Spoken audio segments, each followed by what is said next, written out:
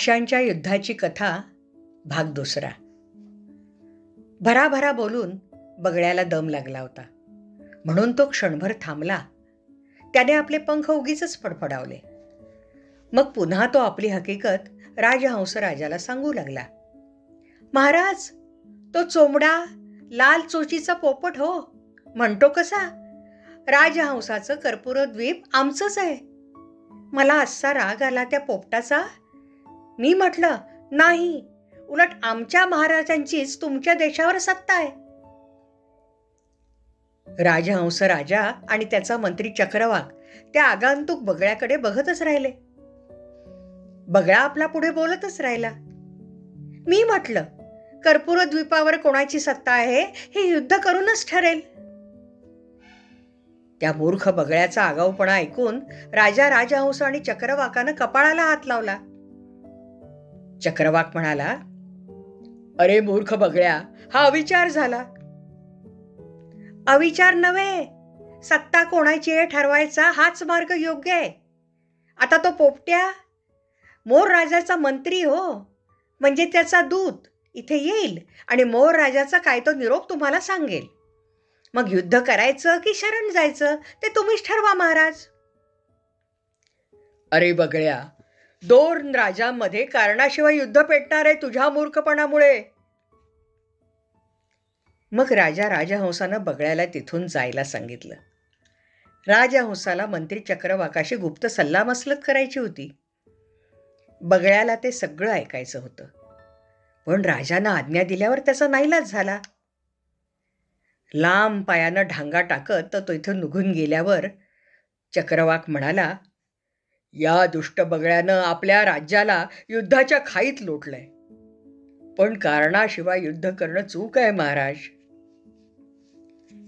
राजहंसानं आपली डौलदार मान हलवत म्हटलं, होय, खरंय, पण आता करायचं काय?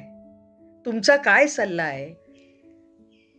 त्यावर चक्रवाक चिडून म्हणाला, या बगळ्याला कोणीतरी फूस लावली आहे. राज्यावर संकट आलं की दुष्ट व्यक्तींना आनंद होतो. पण महाराज, युद्ध करावंच लागलं तर शत्रूच्या राज्यातील बातम्या काढण्यासाठी गुप्तहेर म्हणून या बगळ्यालाच पाठवूया. हो, योग्य बोलला चक्रवाक, पण या दुष्ट कावळ्यावर लक्ष ठेवायला आणखी एक बगळा पाठवू. होय महाराज, गुप्तहेराने योग्य बातमी दिली तर आपण युद्ध जिंकू शकतो. तेवढ्यात द्वारपाल तिथे आला आणि त्यानं मोर राजाकडून दूत पोपट निरोप घेऊन आला आहे असं सांगितलं. चक्रवाकाने द्वारपालाला सांगितलं की पोपटाला अतिथीगृहात नेऊन त्याची व्यवस्था नीट ठेव. त्याला खाणं पाणी दे. आम्ही योग्य वेळी त्याला बोलावू. द्वारपालाने पोपटाला अतिथीगृहात नेलं. राजहंस पुढे म्हणाला, युद्ध समोर येऊन ठेपलंय असं वाटतंय. होय महाराज, पण लगेच युद्ध नको. आपल्याला तयारीला थोडा वेळ हवा. शत्रूची शक्ती जोखायला हवी. पोपटाला तिथेच ताटकळत ठेवू. आता प्रथम आपले किल्ले मजबूत करू.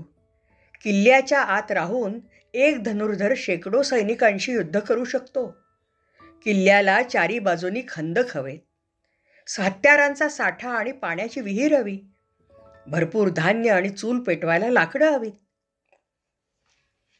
राजहंसाला ते पटलं. मग सारस पक्षाला किल्ल्यांची व्यवस्था बघण्यास सांगण्यात आलं.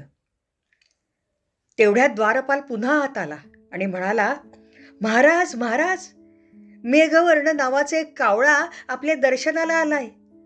सिंहल बेटावरून आलाय म्हणतोय तो.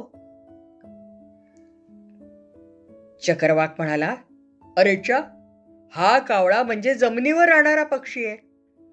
आपल्यासारखा पाण्यात राहत नाही तो. मग जमिनीवरच्या मोर राजाकडे जायचं सोडून तो आपल्याकडे का आला? मला काहीतरी संशय येतोय महाराज. मित्रांनो, या पक्ष्यांमध्ये सुद्धा राजकारण दिसतंय बरं. लबाडी करायची सवयही दिसते. आता या कथेत पोपट आला, आता कावळाही येणार. पक्ष्यांच्या युद्धाच्या कथेचा दुसरा भाग ऐकलात ना?